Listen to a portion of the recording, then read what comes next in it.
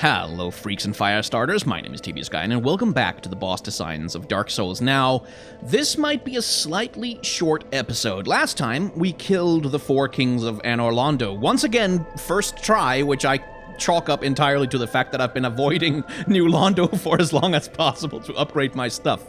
Since that time, I spent a little bit of time just exploring a little more of New Londo, finding a few items, and now I've been able to upgrade. I found an Ember, so I can upgrade my weapons to plus 15, which eventually we're probably going to have to take advantage of in order to survive. But for now, I've been thinking about getting rid of some unfinished business, and the most unfinished business we have is with a boss that I made the executive decision not to fight. After fighting Quelaag, I went down here and found the Ceaseless Discharge hanging out, who got really mad.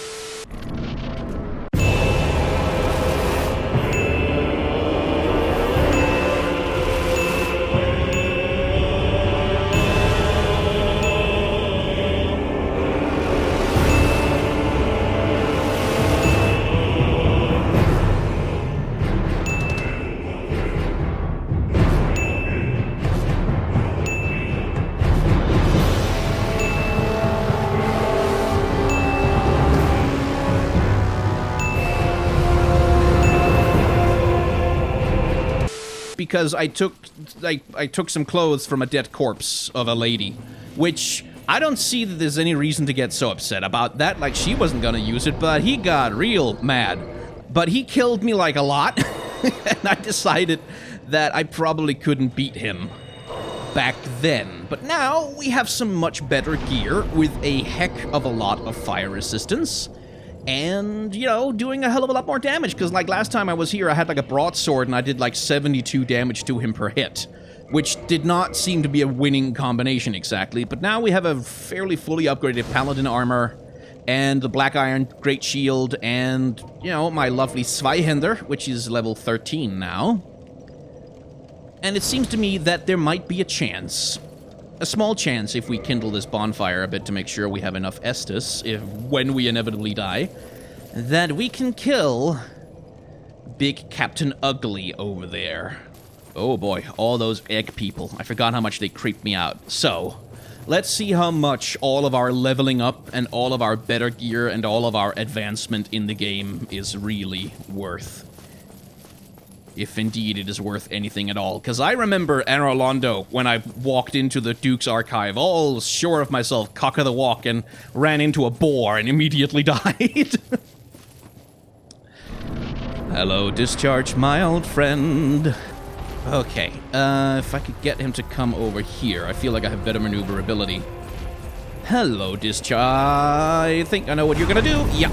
Okay, well, that doesn't hurt me nearly as much as it used to. So that's good.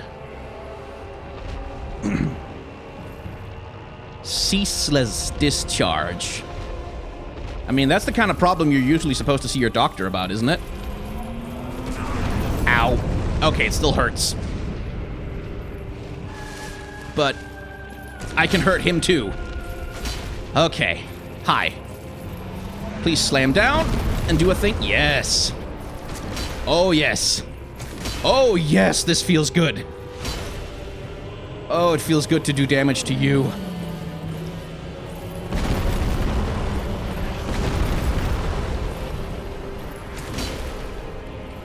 I should really not even have the shield up, should I? I should just two-hand it. Oh, this is nice. This is... Oh, ow, that's less nice. Really wanted to dodge that, but whatever. Oh, yes. Oh, this is satisfying. This'll be a short episode. I don't think I can reach him exactly. Uh-oh, what's... But I should be able to... Oh, yes. Yeah, how do you like me now? How do you like me now? Oh, shortest episode of the Boss Designs ever. Suck it, jabroni.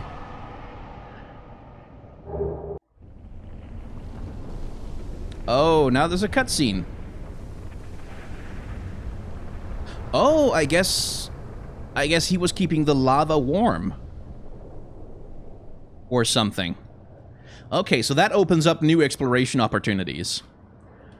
But for the moment, there's one thing I've wanted to check out for a while, which is the altar over here. Because, like, when I came down here last time, several episodes ago, the thing that set him off, like, he seemed completely harmless for a while, is that I took the clothes that this thing was wearing. I guess he didn't like me doing grave robbery, which, you know, I can understand. I can respect that. And I was kind of hoping maybe there'd be some detail about the character over here that would be interesting or useful, but outside of this pictogram on the pillar there, which I can't really see because of the low texture resolution, but yeah, that just kind of looks like generic. I mean, it looks like this place. It looks like all the sort of weird tree branchy-like structures that are hanging out. Like, there's tree branches down here, which is weird, given that there's all this fire.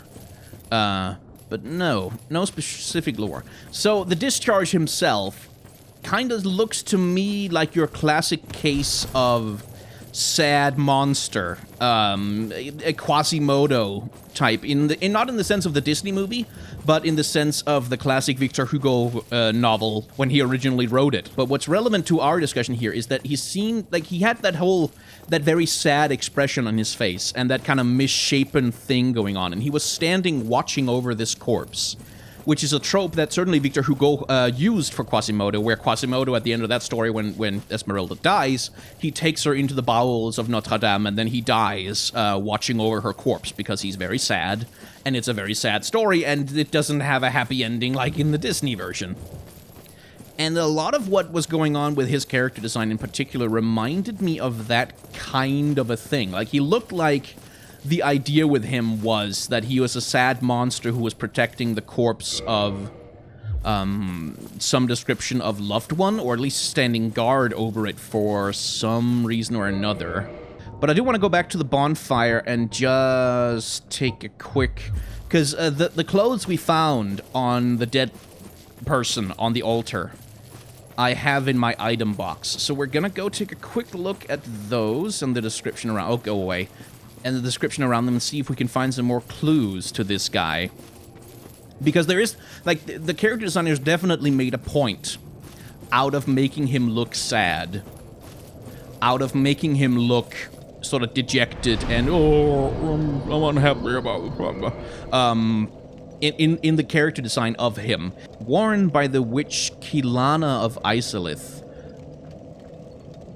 mother of pyromancy and daughter of chaos. She wore this gold-hemmed black hood before even the Age of Fire, and it offers strong Kilana of Isolith, mother of pyromancy and daughter of But isn't that the Witch of Isolith, then? It must be I mean, it must be another one, because we didn't find a Lord Soul on her. Or it must be a different Isolith witch. But if this is the mother of pyromancy, because that was the one that was in the intro cinematic, was the mother of pyromancy. Right? She was the one who led the coven and invented all the fire magic and stuff and did fire storms. Well, that's interesting. Founder of pyromancy and one of the daughters of chaos. And that Kilana sounds a lot like Quilag, like it's the same version of a name. Well, that's confusing. I guess we'll find out more about that when we actually find and kill the Witch of Isolith herself. Interesting. But yeah, even though this is a very, very short episode, as usual, I'm going to send it over to Future Skyen, and he'll take a closer look at the Discharge. So take it away, Future Skyen. Well, thank you very much, Past Skyen. And before we get into the Ceaseless Discharge, just a little bit of follow-up for another boss that we, well, didn't fight previously. I took a look around the item descriptions associated with the crossbreed Priscilla and found mostly that I seem to have been sort of right and sort of wrong about her. So I said in my analysis that it seemed like she was someone who had been locked away in order to either keep her safe and protected or to protect someone else from the embarrassment of being associated with her as a, you know, half-breed. Well, according to the item item descriptions that I saw, Crossbreed Priscilla actually possessed the power of Life Hunt, whatever the heck that is, which apparently was a threat to the power of the gods, which would explain why they might want to lock her away in a pocket dimension because, well, she's too dangerous to have running around in the real world. So indeed, the painted world of Ariamis is a sort of prison to keep her contained, or at least keep her in a place where she can't be a threat to anyone else. So yeah, like everyone and everything else in the world of Dark Souls, Priscilla's story is one of profound and kind of miserable tragedy. Speaking of profound and miserable tragedies, the Ceaseless Discharge. When we find him, he is a giant, terrifying-looking lava monster who is completely peaceful. He's just kind of standing there, doing absolutely nothing, right up until the moment that we touch the body of the woman that he's watching over and, loot it for stuff, because that's what we do in Dark Souls.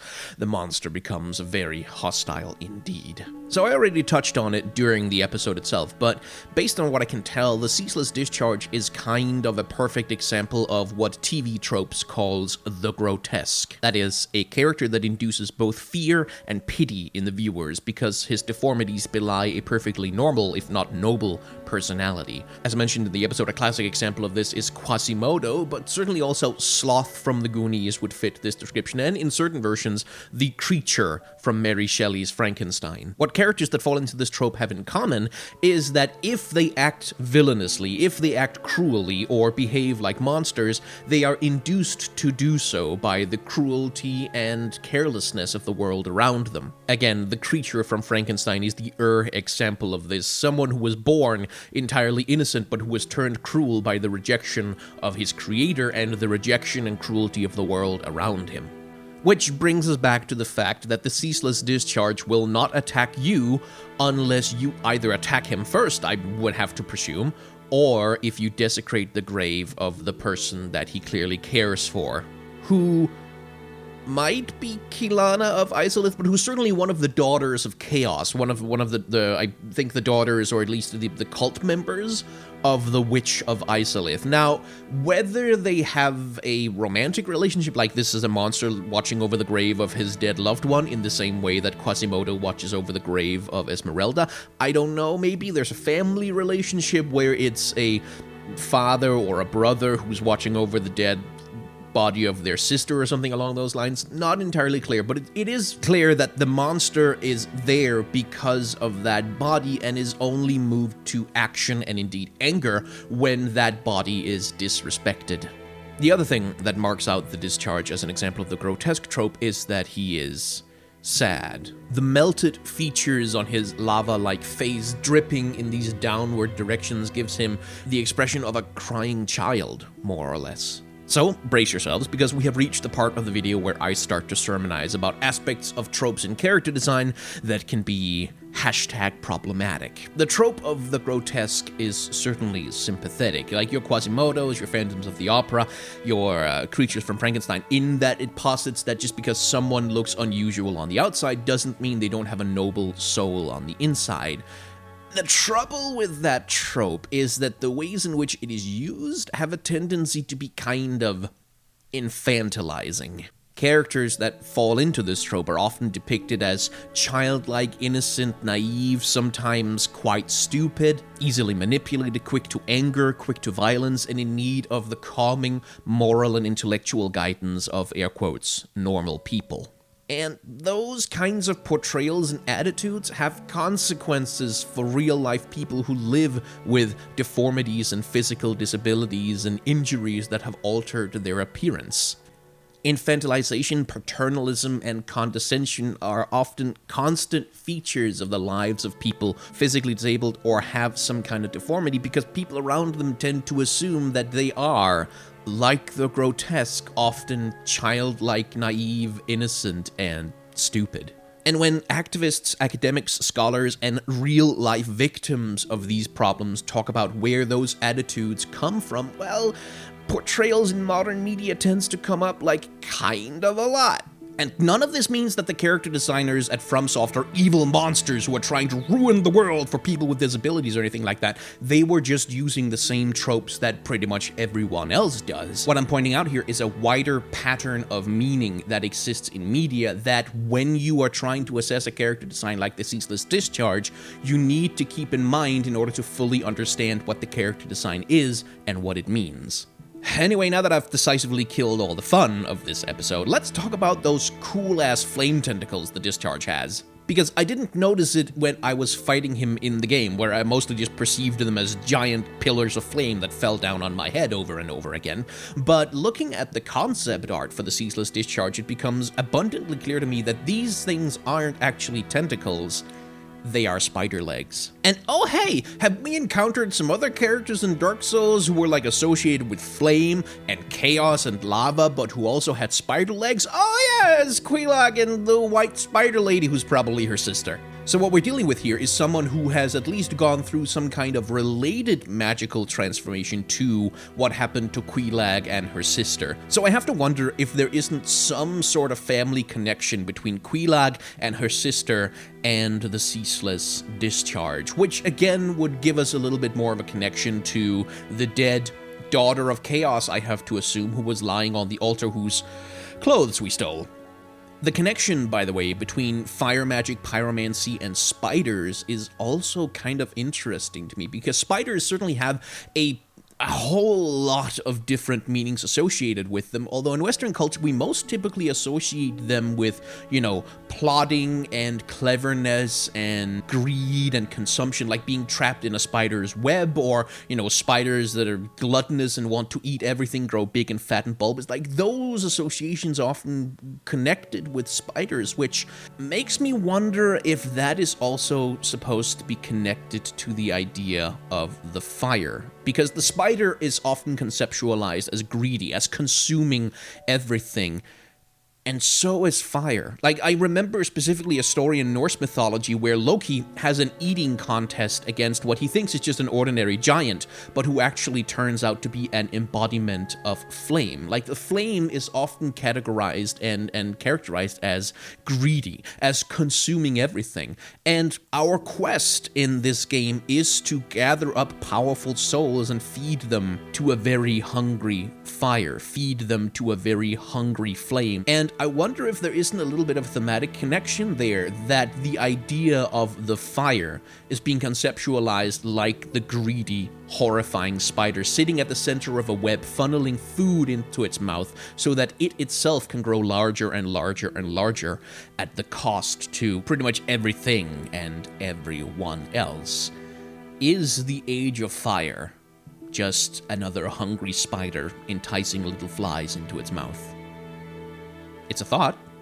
Well, that was a very short episode of the Boss Designs of Dark Souls, but fortunately I was able to pad it out by just talking and talking and talking a lot. I'm good at that. If you've enjoyed this, please, of course, hit the like button, the comment button, the subscribe button, the bell icon, and all the other YouTube buttons, because that's how YouTube channels get to stay alive these days. If you want to support the channel directly, then I do have a Patreon where you can support with $1 a month if you want to, and I do have some tip jars down below if you want to give me like a one-time tip just to say, hey, you did a thing that was good that one time, so here's a one-time donation for the one-time thing you did one time. And as I say at the end of my videos, $1 to a content creator like me can mean the same as thousands of views on a video, because YouTube ads don't really pay that much, and we would all much prefer not to have to be supplicants to the algorithm. So whether it's me or whether it's someone else, if you can support a content creator whose work you enjoy with even $1, it matters a lot more than you think. If you're not able or willing to do any of that, trust me, I understand, and I'm just happy that you've watched the video this far. If you haven't enjoyed this video, of course, feel free to hit the dislike button down below, but if I find out that you did so, I will come to your home and give you a long lecture about why your favorite video game character is problematic.